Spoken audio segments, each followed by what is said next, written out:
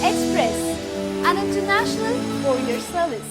ಕಾಶಿನಾಥ್ ಕನ್ನಡ ಚಿತ್ರರಂಗದಲ್ಲಿ ಅನೇಕರಿಗೆ god father ಆಗಿದ್ದಾರೆ. ಅವರ ಜೊತೆಯಲ್ಲಿ ಕೆಲಸ ಮಾಡಿದ ಹಲವು ಪ್ರತಿಭೆಗಳು ಇಂದು ಸ್ಯಾಂಡಲ್ವುಡ್ ನಲ್ಲಿ ಅತ್ಯುನ್ನತ ಸ್ಥಾನದಲ್ಲಿ ಇದ್ದಾರೆ. ರಿಯಲ್ ಸ್ಟಾರ್ ಉಪೇಂದ್ರ, ಮುರಳಿ ಮೋಹನ, ವಿ ಮನೋಹರ್, ಬ್ಯಾಂಕ್ ಜನಾರ್ದನ, ಸತ್ಯಭಾಮ ಹೀಗೆ ಹಲವಾರು ಜನ ಕಾಶಿನಾಥ್ ಅವರ ಶಿಷ್ಯರು. ತೆರೆ ಮೇಲೆ ಕಾಶಿನಾಥ್ ಹೇಗಿದ್ರು ಎಂಬುದು ಅವರ ಸಿನಿಮಾಗಳಲ್ಲಿ ನೋಡಿದ್ರೆ ಸಾಕು. ಆದ್ರೆ ತೆರೆ ಹಿಂದೆ ಕಾಶಿನಾಥ್ ಹೇಗಿದ್ರು ಎಂದು ಯಾರಿಗೆ ಗೊತ್ತಿಲ್ಲ. ಈ ವಿಷಯವನ್ನ ಕಾಶಿನಾಥ್ ಶಿಷ್ಯರು ವೀಕೆಂಡ್ ವಿತ್ ರಮೇಶ್ ಕಾರ್ಯಕ್ರಮದಲ್ಲಿ ಬಹಿರಂಗಪಡಿಸಿದ್ದಾರೆ. ಹಾಗಾದ್ರೆ ಕಾಶಿನಾಥ್ ಬಗ್ಗೆ ಯಾರೇನ್ ಹೇಳಿದ್ರು ಅಂತ ಹೇಳ್ತೀನಿ ಬನ್ನಿ. ಬೆಂಗಳೂರಂತ ಊರಿನಲ್ಲಿ ಊಟ ತಿಂಡಿ ಮಲ್ಗೋದಕ್ಕೆ ಜಾಗ ಯಾರು ಕೊಡಲ್ಲ. ಆದ್ರೆ ನೀವು ಎಲ್ಲ ನಮ್ಗೆ ಮಾಡಿಕೊಟ್ರಿ, ನಿಮ್ಮ ಋಣವನ್ನ ತೀರಿಸೋದಕ್ಕೆ ಸಾಧ್ಯವೇ ಇಲ್ಲ. ಟೈಮಿಂಗ್ ಹೇಳ್ಕೊಟ್ಟಿದ್ದೀರಾ ಎಲ್ಲ ಪ್ರತಿಭೆಗಳ. ಕಾಶಿ ರಾಮೇಶ್ವರ, ಈ ಕಾಶಿ ಸರ್ ಎಲ್ಲರೂ ಕಾಯುತ್ತಿರುತ್ತಾರೆ ಇವರ ಗುರುಕುಲ ಸೇರ್ಬೇಕು ಅಂತ.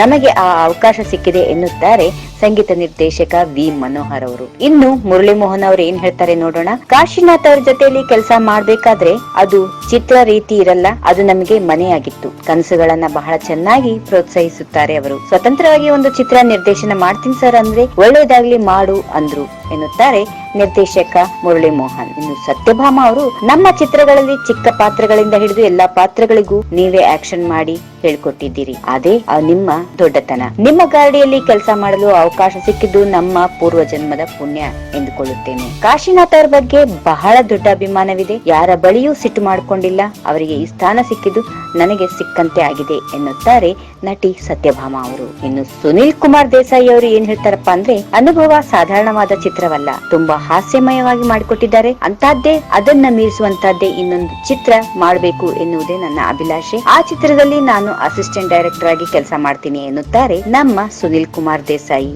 ಅವರು. ಇನ್ನು ಬ್ಯಾಂಕ್ ಜನಾರ್ದನ್ ಅವರು ಈ ರೀತಿ ಹೇಳಿದ್ದಾರೆ, ನಾನು ಚಿತ್ರರಂಗದಲ್ಲಿ ಆಸೆನೆ ಬಿಟ್ಬಿಟ್ಟಿದ್ದೆ. ಯಾಕಂದ್ರೆ ಸಣ್ಣ ಸಣ್ಣ ಪಾತ್ರಗಳು ಮಾಡ್ತಿದ್ದೆ. ಯಾಕೋ ಬೇಜಾರಾಗಿ ಚಿತ್ರ ಬಿಟ್ಬಿಟ್ಟೆ. ಮತ್ತೆ ಬ್ಯಾಂಕಿಗೆ ಹೋಗ್ಬಿಡೋಣ ಅಂತ ನಿರ್ಧರಿಸಿದ ಸಮಯದಲ್ಲಿ ನನಗೆ ಒಂದು ಕರೆ ಬಂತು. ಕಾಶಿನಾಥ್ ಅವರು ಕರೆಸಿದ್ದಾರೆ ಅಂತ ಹೋದೆ. ಮೇಕಪ್ ಮಾಡಿಸಿದ್ರು, ಡೈಲಾಗ್ ಕೊಟ್ರು, ಹೇಳ್ದೆ ಈ ಚಿತ್ರಕ್ಕೆ ನಾನು ಹೀರೋ ಅಲ್ಲ, ನೀನೇ ನಿಜವಾದ ಹೀರೋ ಅಂದ್ರು. ನನಗೆ ಚಿತ್ರರಂಗದಲ್ಲಿ ಒಂದು ವಿಶಿಷ್ಟವಾದ ಸ್ಥಾನವನ್ನ ಮಾಡಿಕೊಟ್ರು ಕಾಶಿನಾಥ್ ಸರ್ ಅವರು. ಹೀಗೆ ಪ್ರತಿಯೊಂದು ಚಿತ್ರ ಮಾಡ್ಬೇಕಾದ್ರೂ ಗುರುಗಳನ್ನ ನೆನಪಿಸಿಕೊಳ್ಳುತ್ತೇನೆ ಎನ್ನುತ್ತಾರೆ ಬ್ಯಾಂಕ್ ಜನಾರ್ದನ ಅವರು.